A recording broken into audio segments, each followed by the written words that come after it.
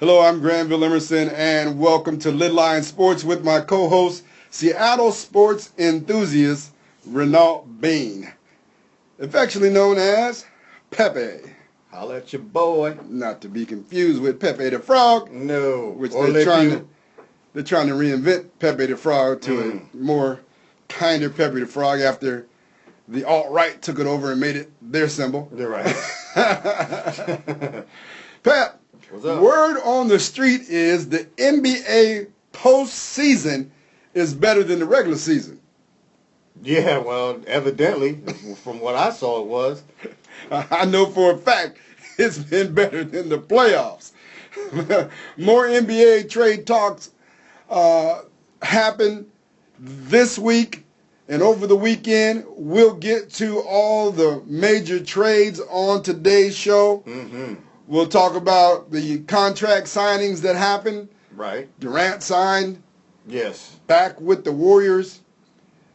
I was hoping that he But was that the biggest sign of the war from the Warriors? Ooh. We'll talk about that because it actually was. Okay. In terms of monetary considerations. Okay. Per year. We'll also talk Seahawks in the NFL Top 100 that came out from NFL Network. I got a lot to talk about on that. A little baseball with the Mariners, the All-Star game, and former Mariner, now an All-Star. Justin Smoke. What? And, of course, we must spend some time talking about the robbery, the grand theft that happened down under to Manny Pacquiao. Australia, yes. Down in Brisbane, yes. Brisbane, Australia. First up, though, the Williams family, Venus, Serena, and their dad, Richard, have made headlines recently, all for non-tennis-related activities. Right. The dad, Richard Williams, became the first inductee into the American Tennis Association Hall of Fame. Have you heard of that? No, but hey, kudos. It is the oldest African-American sports association. Wow.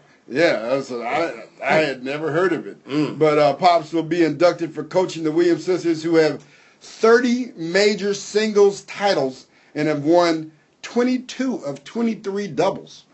Amazing. They've only lost one time in doubles? One time in doubles. That is incredible. The ATA has a rich and colorful history and will be honoring our past while focusing on the strategic plans for the next 100 years, said the president of the black organization, the ATA, President Willie Emerson. Oh, family? He's probably my cousin from some Papa was. I don't know. I would imagine that he's might be related to me somewhere down the line. There are not too many Emersons that are actually African American. Really? No. I mean, when I was growing up in Seattle, it was just us. Now there's another family here. I don't know where they came from. I go to Ancestry.com to find out. Right. But I don't know. Anyway, Emerson says Williams will be recognized for his success as a coach to his Compton-born daughters, who have received numerous accolades for the success in the Summer Olympics and Grand Slam tournaments. The ceremony will take place on August 2nd. Meanwhile, please give me your thoughts on this one, Pat. Okay. Serena has posed pregnant and nude on the cover of Vanity Fair magazine, sending men drooling all over the country. Yeah, I didn't see it. You didn't see it? No, where is it? Pull it up. I will pull it up for you. But she is in all of her glory. I don't know how you didn't see it. It was a rage on the internet the other day, at least in my news feed. Right. And guys were like, well, what's the deal? Why didn't she show a nipple? And so the debate was, and I try to tell them if she shows a nipple, it's no longer, well, you know, the new thing is now considered art. right? Okay. Isn't that body art? Right. Isn't that what it's called? Yes. So if I don't know how new it is, but yeah, that's what it's called. yeah. Sure. So, but lately the magazine ESPN has its own thing where they do like Marshawn pose nude in their body their body the body issue. Yeah. Right. And so now I guess Vanity Fair has Serena on the cover, nude. Mm-hmm. And so I said, well, how far along is she? I don't know, but she says she's supposed to be back to playing tennis in January. So she's pretty far along. Okay. And judging by the photo, she looks like she's been pregnant for a while now. She actually said that she was pregnant during the Australian Open, which she won. And so, whoa, that was about 6 months ago. So she's due pretty soon. Oh, okay. So I would imagine somewhere around September. So that belly's ready to pop. That belly, if you see the photo, I'm trying to pull it up for you. Mm-hmm. That belly is ready to pop. But the debate on the internet was if she showed a nipple, it would no longer be considered nude. She would be naked. Naked. Right? Naked and not ashamed. So, right. And so, I don't know. I say that, she has her hand covering up her nipples, and it needed to be that way because if she didn't, it would be soft porn. Right. Was it cold in there? There it is. Oh, you can't tell because it's covered up. Oh, okay. All right. Yeah, the belly kind of tiny. All right. Yeah, but that's compared to her backside, though. Serena got a backside for days. Yes, we do. And so she is on the cover of Vanity Fair. I don't know why people pose nude or naked or whatever. Some say it's art. Some say that Americans are hung up on that, and around the world it's no big deal. And I'm like, okay, whatever. And it's just our so-called Christian values that cause us to be a little L7 when it comes to that. Busting out. Yeah, on some serious fault. Anyway, moving on to Venus. Yes. The news for Venus was not so celebratory. No, it was tragic, actually. Yeah, she was in a car accident that killed a man. Right. June 9th, she was involved in a crash in Palm Beach Gardens, Florida. As of yet, she hasn't been issued any citations, but they have said that she was at fault. A 78-year-old man, Jerome Barson, passed away 2 weeks after the accident. And today, actually, Venus was interviewed after her match at Wimbledon, and she basically broke down after they asked her about the events of the accident. So, it's pretty tough. Yeah, they're still trying to find out, if she's really at fault. I mean, I understand that it was her and the other driver merging into a lane. Well, no, what happened was it says that she said that she was stuck at the intersection. So I guess, they're blocking the box a little bit. So the person that perished, the driver took off when the light turned green, and Venus had started to move, and actually was only going 5 miles per hour when the accident occurred. And so they collided, and, traumatic injuries were had. Like I said, the passenger passed away 2 weeks later, so he was hurt seriously at that time, and then the driver had broken bones. Wow, all that at 5 miles an hour. They must not have been wearing seatbelts. Well, I don't know how fast the other driver, but she was only going 5. Oh, okay, all right. I heard that they weren't wearing seatbelts. There's some discussion on whether they were wearing seatbelts or not. Okay. I guess we'll find out later, but definitely, she was not arrested. No, and not charged, and not under any influence or anything like that. No, none of that. So she will go to court to fight for her innocence in that tragic accident. Yes. Hate for anything like that to happen to anybody. And for you all who are drivers, make sure that you do buckle up. I remember getting rear-ended on the 10 freeway in Los Angeles by a semi-truck. And if I didn't have my seatbelt on, I'd have went through the windshield. I mean, I slammed my head up against the steering wheel so hard, I'd have went straight through the windshield. So buckle up for safety. Yes. Speaking of fighting, Manny Pacquiao was straight robbed in Brisbane. Yes, he was. Did you see? I actually pulled up the YouTube. So did I. By round. I did the same thing. Okay. And the fight was not even close. No. I mean, nowhere near close. No, I mean, even statistically, Jeff Horn only landed 15% of his shots and 17% of power shots. Manny was up to 32%. I don't recall what his power shots percentage was. 37. Okay, thank you. Well, it was 37. It was 37 for punches landed and 32 for power shots. Okay, I got it mixed up on that one. Yeah. But okay, so I did watch, and especially round 9, which was probably Pacquiao's best. He almost stopped him. Yeah. You know, and that. Well, so that's the thing in boxing. Yeah. If you don't knock somebody out, you can lose. Right. That's true, because they said, because Tim Bradley said he thought that Jeff Horn had won the rounds 10 and 11 after that. So I didn't see that. Yeah, I didn't either. I didn't think so. But The whole fight, he was just the aggressor, but he was not landing any punches. So do you win just because you're the aggressor? No, land some blows. But who was the champion? Pacquiao. See, here's the thing. I thought in boxing, you have to you got to dominate the champion or knock him out. If it's close, you got to give it to the champion every time. Traditionally in boxing, if you I can think of are another the champion, instance that didn't happen. you must get knocked out to lose. Traditionally, or just beat up.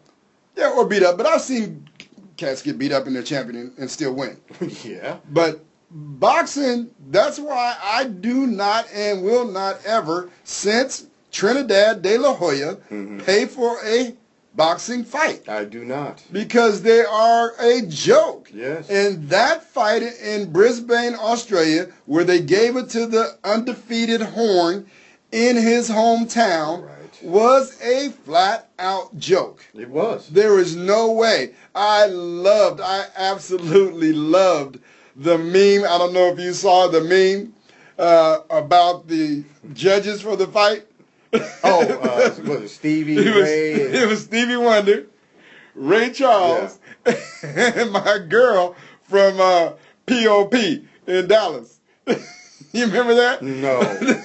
For those of you out there in the listening audience, a couple years ago, it blew up the internet with this girl from Dallas getting stopped by the police.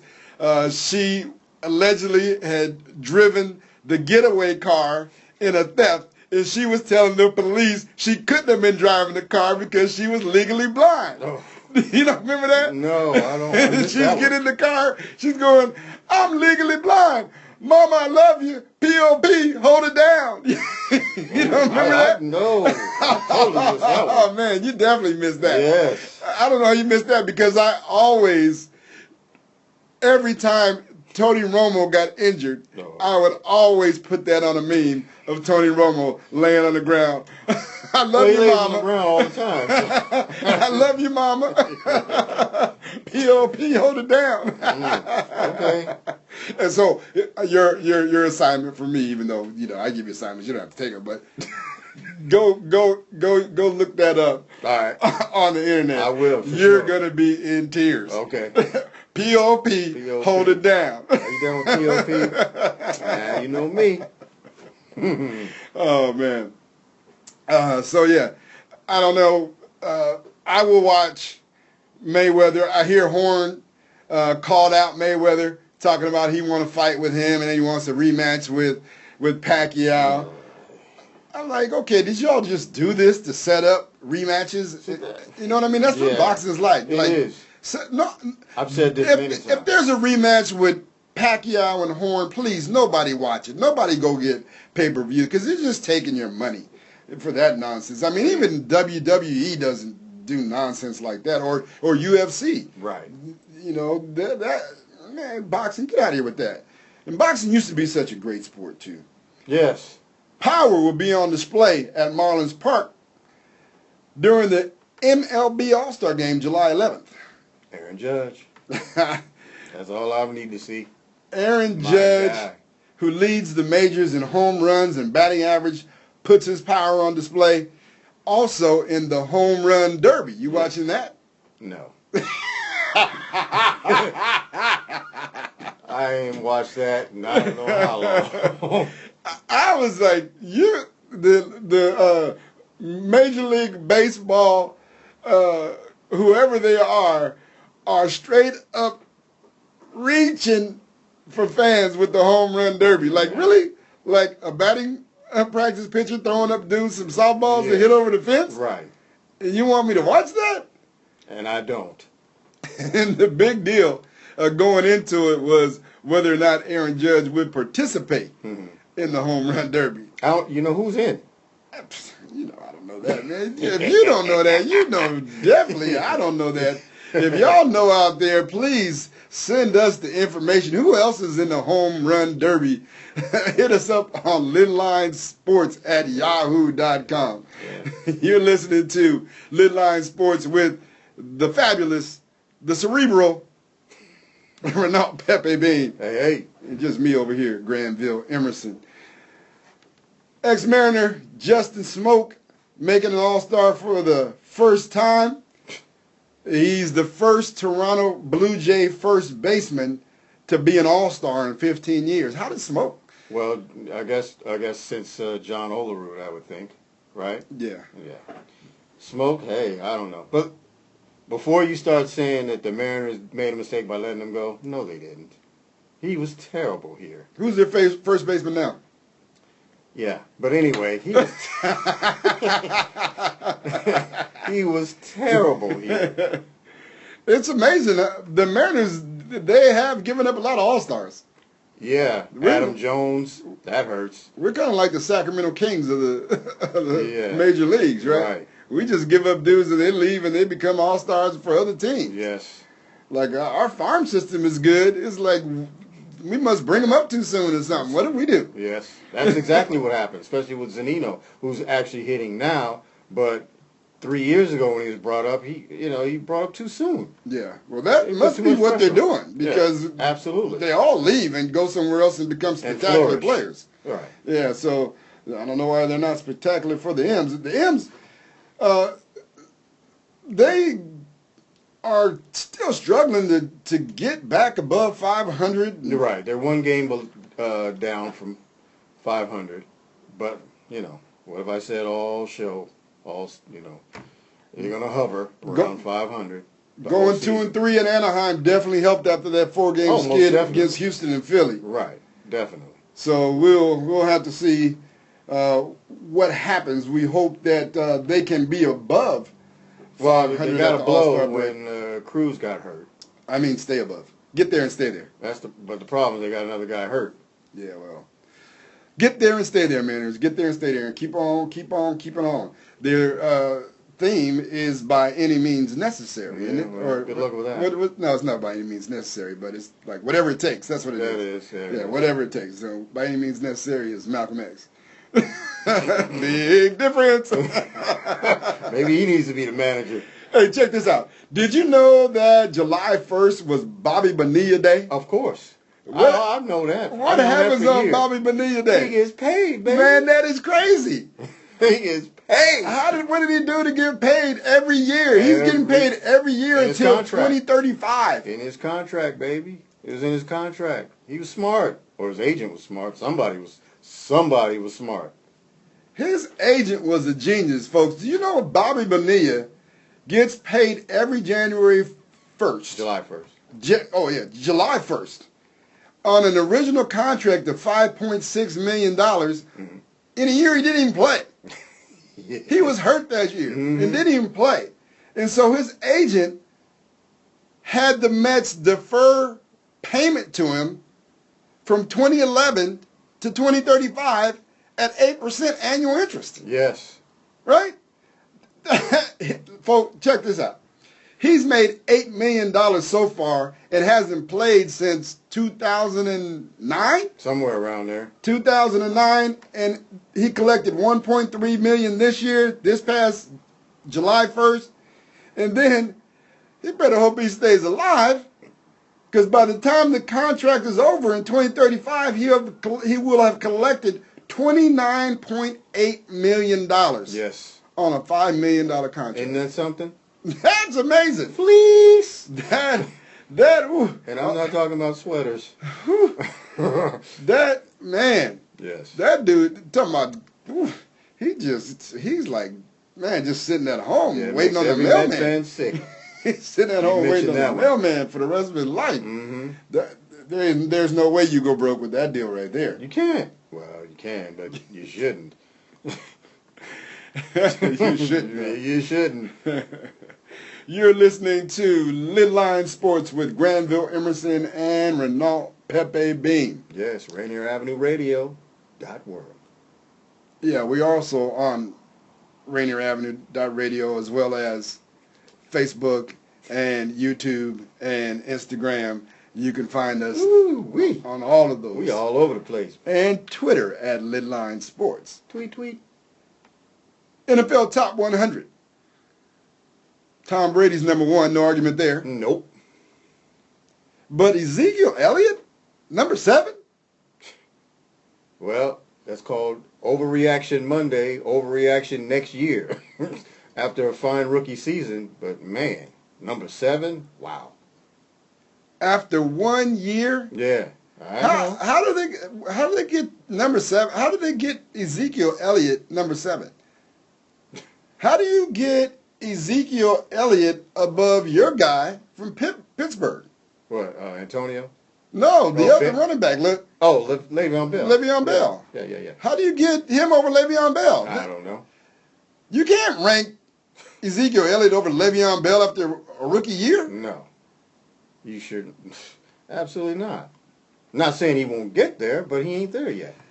No. I mean, there's definitely no saying that he could get there or might not get there. You don't know. But he's only got one season as his body of work, and you've got him as the top running back. That's crazy.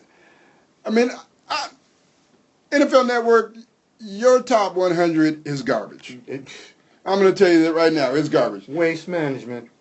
And another one, they got Odell Beckham at number 8. Odell Beckham at number 8? Like, really? Is he the top? Is he the top wide receiver? No, he's not the top wide receiver.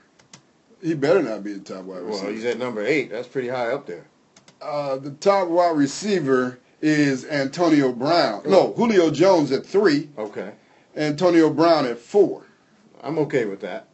And then they got Odell Beckham at 10. Let me give you the top 10, Pep. Tom Brady is 1. Von Miller's 2. Mm-hmm. Julio's 3. Antonio Brown's 4. Khalil Mack 5. Aaron Rodgers 6. Mm-hmm. Ezekiel Elliott 7. He doesn't even fit in there. No. That doesn't even fit. Yeah. Odell Beckham at 8. Le'Veon Bell at 9. And Matt Ryan at 10. Yes. Ezekiel Elliott doesn't. That's like somebody was high and said, "Oh, what about Ezekiel? Oh yeah, put him in there." No. Odell Beckham at 8. I don't understand how they have Odell Beckham at 8 and AJ Green at 17. Thank you. You know what? That was the first person that came to mind. AJ Green. Are you kidding me? AJ Green at 17. Man, please. No. Like who? What metric are they using? They're definitely not using what you love to use, Pep. You know what that is. What's your favorite metric? The eyeball test. Yeah. The eye test, ladies and gentlemen. The eye test. It's like I don't care what stats say. Yeah, that stat, man. I know with my eyes. I don't have lying eyes. No. I know with my eyes see. Like there's no way. If I'm picking receivers, I'm taking AJ Green over Odell Beckham every year and not have the sideline meltdowns and temper tantrums that Odell Beckham. It's definitely Julio, did. Antonio, and AJ in my book. Oh, absolutely. On any given day, one of those three are number one. Yeah. I'm not taking any particular order. You're absolutely right. On any given day. Definitely. Then they got the Raiders' Derek Carr at number 11. Well, they're paying him. That's for sure. Woo! And the Cowboys' Dak Prescott at 14? Are these dudes Cowboys fans? Like you got right. You got Elliott at 7, and then 7 slots later you got Dak Prescott, and they're both rookies. Yeah. They got both Derek Carr at 11 and Dak Prescott at 14, ahead of Russell Wilson at 24. How do you have Derek Carr and Dak Prescott, who have not won jack, Nothing, ahead of Russell Wilson, who's been to 2 Super Bowls, won a Super Bowl, and has had his team in the playoffs every year? Every single year he's been at quarterback, the Seahawks have been in the playoffs. Derek Carr at number 11? Hey, I like Derek Carr a lot. But come on now, 11. I'm with you, bro. Hey, I'm telling you, man. well, I'm telling you what. This is gonna be his year. Then, like the way Matt Ryan stepped up this past season. Then you know what? Let's look at Derek Carr this season coming up. Yeah, they need to take Derek Carr, and he needs to take the Raiders to the AFC Championship game. Bam. All right? Oh yeah. If he's the number 11. Matter of fact, that also makes him the top-rated AFC quarterback, does it not? Other than Tom Brady. Yeah, other than Tom Brady, who's number 1. Right. Right? So, yeah. So it should be the Raiders and the Patriots in the championship, right? Mm-hmm. Yeah. It better be. I will be in Oakland October 15th Right. to see what Derek Carr is working with in person versus the Los Angeles Chargers. Mm. When we come back, we'll talk about Seahawks in the top 100 on Lidline Sports. We'll be right back.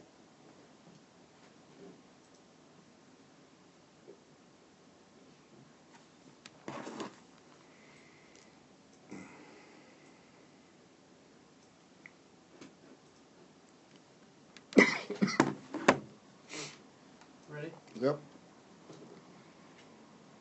You're listening to Lidline Sports with my partner, Renault Pepe Bean. I'm Granville Emerson. We're talking about the NFL Network top 100 players. Right now, we're going to talk about Seahawks in the top 50 of that 100 list. Mm-hmm. Richard Sherman is the top-rated Seahawk at number 21. Okay. So, is Richard Sherman the best Seahawk? Good question. I don't know, to be honest. Looking at body of work, probably. I would say if this was 2016, I would say unequivocally yes. But 2015. But the 2016-17 season that Sherman had was not stellar. No, it was not. And he'll be the first to tell you that. So whether or not he is the top-rated Seahawk, I guess they still believe that he is that shutdown corner that he was, and that we are all who have the Seahawks as their squad hope him to be this upcoming season. But the most valuable player on the Seahawks to me may be Earl Thomas. Because I don't care who you have at corner, if you can't throw the ball deep, that helps. Definitely. And when Earl went out, They were in trouble. what happened? Yeah, they got bombed repeatedly. Yeah, they got bombed like there was Afghanistan. And they know they're going to get tested game 1 because they play at Lambeau. Oh yeah, absolutely. So there's gonna be an early exam. They have Earl Thomas at 30, up 30 spots from 60 last year. So by Earl getting hurt, the league saw how much he was worth Right. to the Seahawks defense. Definitely. So I don't know who's more valuable, Richard Sherman or Earl Thomas.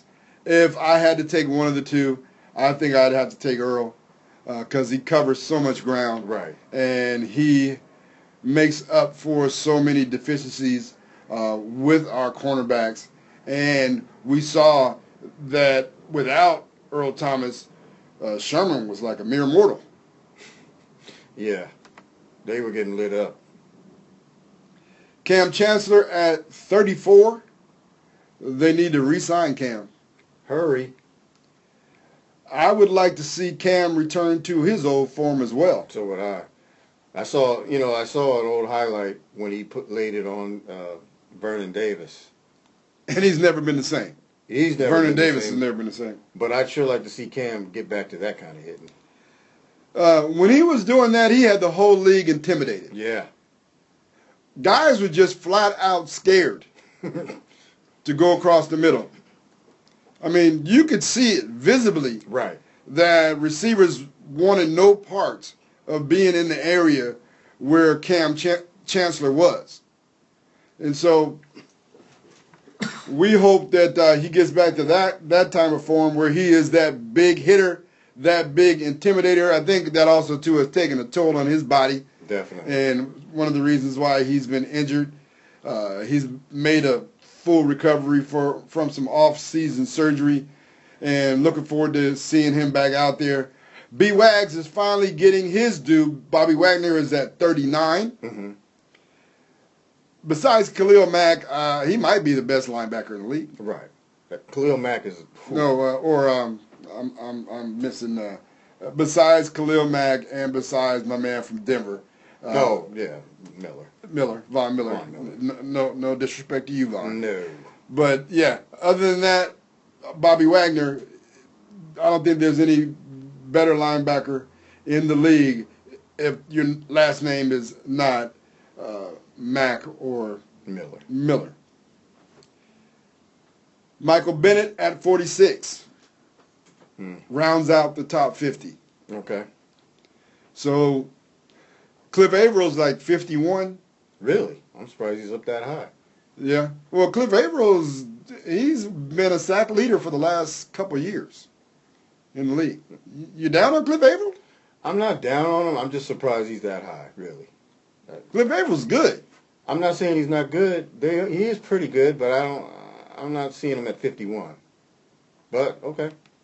I'm not hating on it. Do you see Bennett at 46? Because to me, they're like, I could see that ranking switched from 46 to Averill and 51 to Bennett. I think Averill got more sacks than Bennett. So I don't know. But does Bennett see more double teams? Well, that may be true. So, and listen, them as a whole, they really haven't been getting to the quarterback lately. Not really. Well, last year they didn't. Yeah. Last year they didn't. So that's why I'm saying. Bennett was hurt last year. That's why my surprise that. But Bennett was the one that was hurt last year. Right. So Averill was getting the double teams. So they both need to be healthy for them both to flourish. So we'll see. Share your comments on Facebook and at Lidline Sports at yahoo.com. Let us know who you think the best Seahawk is, who the best pass rusher is between Bobby Wagner and Michael Bennett. Did you want to give out your phone number, a la Jimmy Butler? That's a good one, Pat. For those of you who are not aware, when Jimmy Butler was traded to the Minnesota Timberwolves, I guess he was receiving some flack saying that he wasn't worth the Timberwolves trading Zach LaVine and a draft pick which turned out to be Lauren Markkinen, to the Bulls. And Jimmy Butler was like, okay, if you got something to say about me, you can say it to my face. Here's my phone number. So he handed out his phone number and started taking phone calls and FaceTime and FaceTiming people to plead his case. So 206. Oh, never. So I do have this to say to Jimmy Butler. Regardless of what you told those people that called you and those people that FaceTimed you, all that matters is what you do when you put that uniform on. Uh-oh. That's all that matters. Right. That's all the talking you need to do is talk with your game. Yep. If your game's not talking, then you need to shut up. But if your game is talking, the old adage is, Pep, Yep. action speaks louder than words. And there's quite a few players out there action. that are going to have to step it up this year. I can name a few, actually, that need to step it up. Like who? Well, Who you naming? I'm naming Paul George. Okay. I'm naming Tyreek Evans. Tyreek. Oh, yeah. I love Tyreek, but he needs to step it up. It's either you are going to move up a little bit or you just going to stay right where you're at. Well, Tyreek is going to be battling for a job. Well, Is he still in Sacramento? yes. He's back in Sacramento because he was Sacramento, then New Orleans. So back to he Sacramento. better not let the rookie come in and take his job. That's what I'm saying. Yeah. Or at least be off guard. Because he can definitely. He's not taking Buddy Hield's spot. Well, why not? Because Buddy Hield is the face of the franchise right now. You think so? I thought De'Aaron Fox would be. No, it's Buddy Hield. It's Buddy Hield's team. Mm. Buddy Hield is nice. I watched that dude 2 games in a row. That dude, he's Ray Allen. Straight out shoots it. Just let him get some time in the league. Well, yeah, that's what he needs. Yeah, let him get that dude. He's wet, like tropical storm wet. Mm-hmm. So just let him get some time in the league. I like Buddy Hield. I think that's a good pickup. They just need pieces around him. Right. And when I watched him, he was just not a guy that you could go to and get a bucket because he hasn't developed the strength of the game and the savviness. It was kind of like watching when I went to go watch Isaiah Thomas, his rookie year. And Isaiah was just trying to figure out how to score. Right. You know what I mean? And as he matured and developed as an NBA player, you see what he did. Yes. And the talent that he's always had has come out, and he's learned how to do that in the league. And when Buddy Hield reaches that threshold, Right. you're going to see a dude. And you're gonna be I think he lacked a lot of confidence, and that's key. Yeah. You know, when you're not confident, you're not going to perform well, especially not in the NBA. Yeah. Well, I don't know. He seemed to be a confident dude when I saw him. But I just thought that his game, he needed to get his game NBA ready. Right. And what happens is sometimes the things that you do in college you can't do in the NBA. Yeah. And you got to learn you can't do them. Yeah. Ask a bunch of Duke Blue Devils that. Yeah. You get what I'm saying? I do. And so he has to learn what he can do and what he can't do and emphasize what he can do. Right. And that's what Isaiah Thomas did. And that's what's made him the great player that he is. So like I said, I'm looking for Buddy Hield to do the same thing. The trade of trades, CP3, Chris Paul to Houston for Patrick Beverly, Lou Williams, Sam Decker, Lou Buckets. Montrez Harrell, Darren Hilliard, DeAndre Liggins, Kyle Wiltshire, a projected first-round pick next year, and cash considerations. Man, half them guys won't even be on the team. You know? Kyle who? I know who he is, but I mean, that's what folks are saying. You know? They traded Chris Paul. Lou Buckets is back in L.A., but on the other side. That trade cracked me up. Yeah, it cracked me up, too. Look at all them dudes they traded for Chris Paul. Yeah. Chris Paul is not all that. And he won't even play 50, 55 games. Chris He's Paul left ain't with won nothing. Nothing. And he's barely finished his seasons, just like you said. And he's long in the tooth now. To be traded for all them dudes. I was watching the ticker, and every 20 minutes, somebody was traded to Houston in the Chris Paul trade. I'm like, what? And how do they think that Chris Paul is going to play. Well, did you hear D'Antoni's statement? The more guards you have, the better you're going to be. Not necessarily. What? Not ne- I mean, this does. You know, I remember when the New York Knicks got Earl Monroe. Right. When they had Walt Frazier. Right. And they were 2-point guards. Right. And you were like, well, how is the Pearl and Walt going to play together? But the Pearl and Walt were two unselfish dudes. Right. Chris Paul and James Harden dominate the ball more than anybody in the league. Yeah. They're like 1 and 2 in time of possession. Right. Right? I believe it. So who's going to give up the ball? They try to, D'Antoni, or Dan Morley, the Rockets owner, was trying to compare it to Durant going to the Golden State Warriors. Nah. Crickets. Nobody was dominating the ball on the Warriors squad. Their whole deal is ball movement and player movement. Right. It wasn't one dude keep the ball all the time and then kick out to you for a three. That's not their offense. No. And so what are they going to do in Houston with James Harden? It's like, oh, whoever gets the ball first, right? Yeah, it's crazy. And that's kind of like on my high school team where we have a bunch of senior guards. And we're like, no, it can't be whoever gets the ball first. When you all go in the game, you have to identify what position you're playing and play that position. Otherwise, all y'all are going to be hanging out waiting for the ball. Yeah.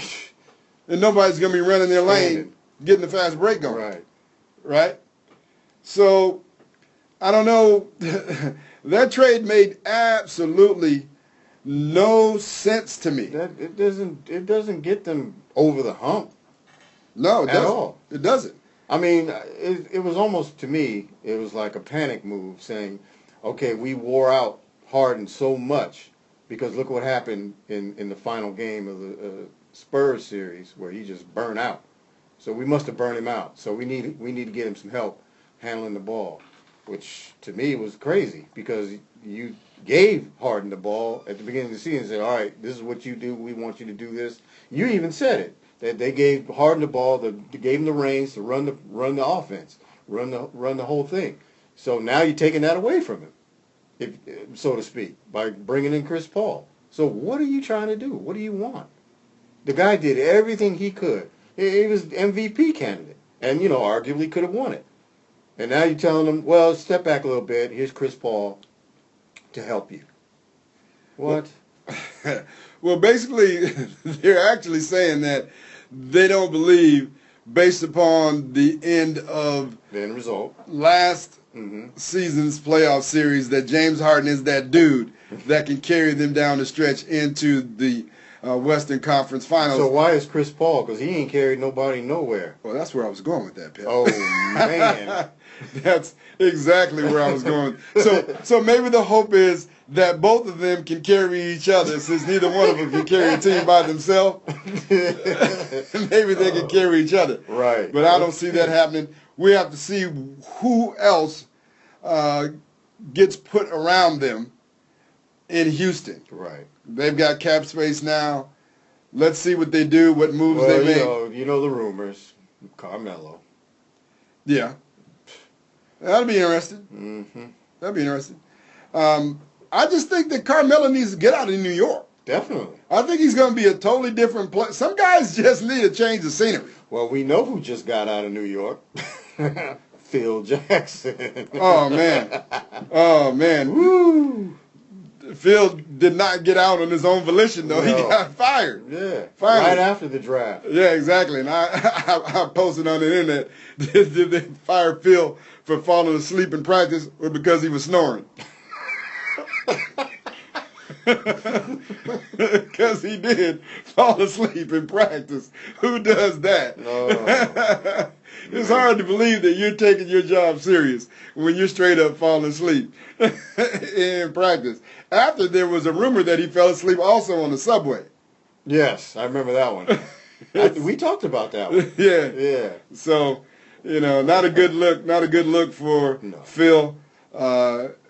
people are now talking about what his legacy is going to be. I don't know. He's still, all those His championships legacy with is Jordan, Pippen, Shaq, Kobe. Yeah, that's his legacy. Now, it will always be that. Right. This won't tarnish that. No.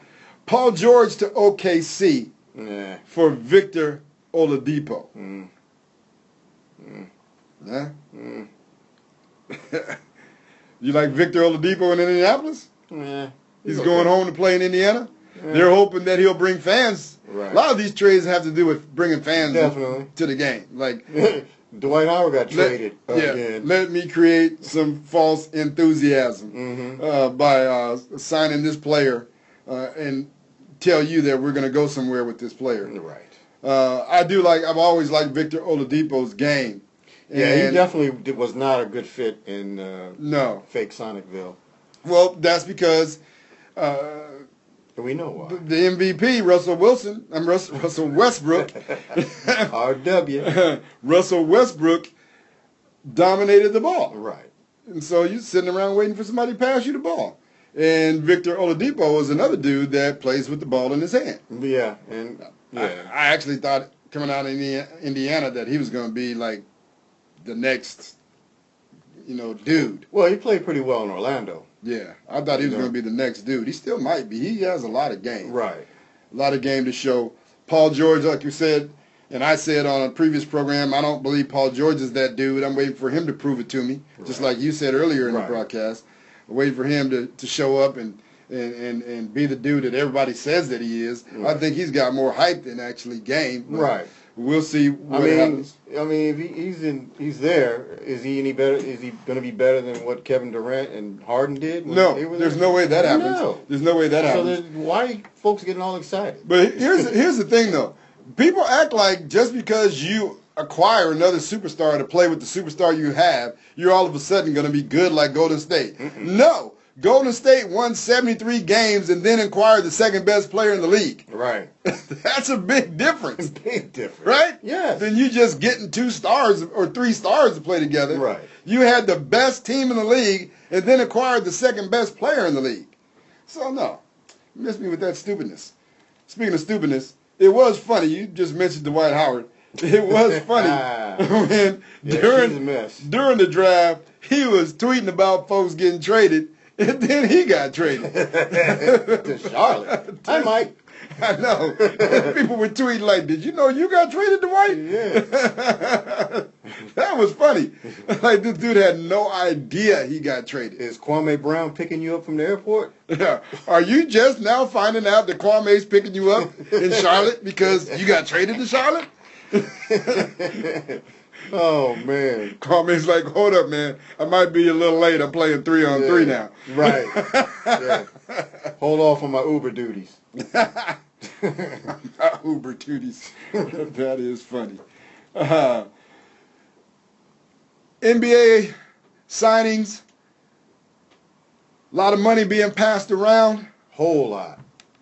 What's the big one, Pep? Well, you said Durant.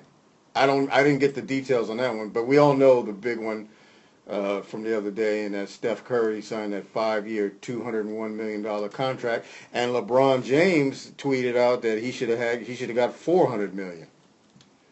I didn't see $400 million. I saw LeBron say, maybe I guess if you add it up, 80 million. He said 80 million a year. So yeah, do the math on that. Yeah, exactly, because he's getting 40. Yeah, 40 million a year.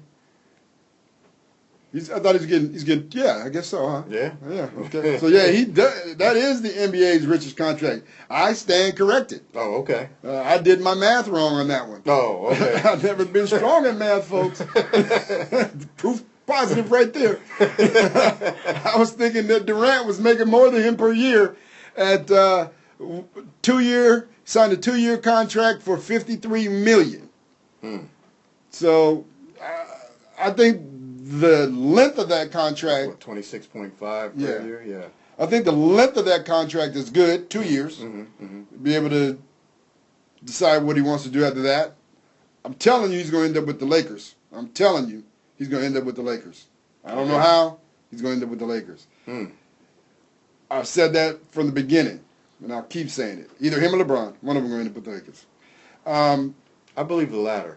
more so than the former. But I hear LeBron? you. Yeah. LeBron to the Lakers? Yeah. Yeah, well, I can see that. his wife wants to live in L.A. He's got a house in L.A. Right.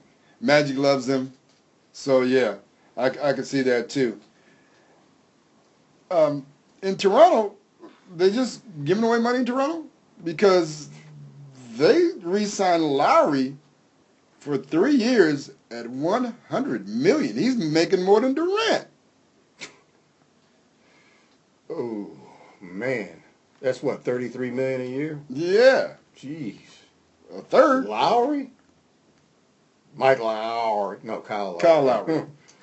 Mike Lowry's a football coach. No, he's that movie with Will Smith and Martin. What was Okay. that? Bad Boys. Okay. There's another Mike Lowry, Okay. Oklahoma State football coach. Okay. I'm a man. Remember that one? Yes. I'm 40. Now that I do remember. I'm a man. I'm 40. So that's a lot of money they're giving out to that dude. Well, Teague got some money from Minnesota. Yeah. Yeah. $57 million, I believe. Yeah. Jeff Teague. Drew Holiday got 126 from New Orleans. They needed to re-sign him. Jeff Teague, he's a journeyman. Right. I do want our audience to know that the reason why LeBron said that Curry should be making $80 million per year is because in the last 7 years, the Warriors have increased their value 450%. Wow. They went from being worth $450 million 7 years ago to $2.6 billion today. Ooh. So yeah, Stephen Curry is underpaid. Right. I don't know why Millsap signed with the Nuggets. Neither do I. But you know what? I think it's because he doesn't like the postseason. He just wants to rest after the regular season. Yeah, well, yeah, he signed with the right team because they're going nowhere fast. Yeah, that's it. Yeah. Feel our sarcasm, folks. Cavs fired their general manager, Yes. and proof positive that they don't have one. They re-signed Kyle Korver, for $22 million after he did absolutely nothing in the Nothing. playoffs. Listen, if he ain't making shots, he's doing nothing. So I guess they're hoping that he got his butterflies out in the playoffs. Yeah, because he did look like deer in the headlights. Yeah, like he never been there before. Right. Right. So they're hoping that that was just something he needed to get over and is over and will be the real Kyle Korver, the regular season Kyle Korver, knocking down shots like he can. You're right. But Yeah. I just know that there's some guys that just aren't primetime players. They're guys that can play. I mean, you know, there's guys that can play at the playground. There's guys that can play in practice. Right. There's guys that can play in games. There's guys that can play in championships. And there's guys that can play, in playoffs and guys that can play in championships. And there's guys that can and can't do at all those levels. Right.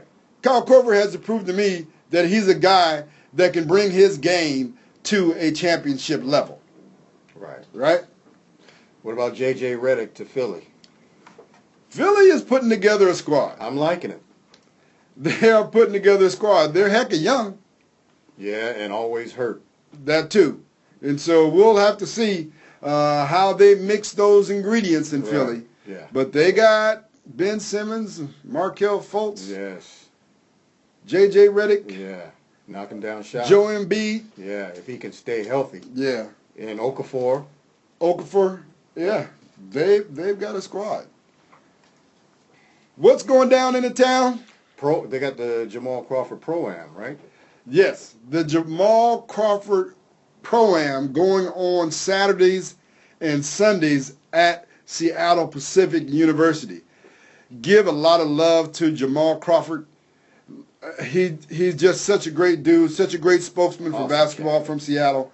And go on out and see NBA players will be coming through all summer long. Yes. Thank you for listening to Lidline Sports. You can listen to Lidline Sports on Facebook, YouTube, and find us on Twitter. And here at RainierAvenueRadio.world. Join us again next week for more great sports talk on Lidline Sports. That's sports as we see it from Just below our lid. Holla.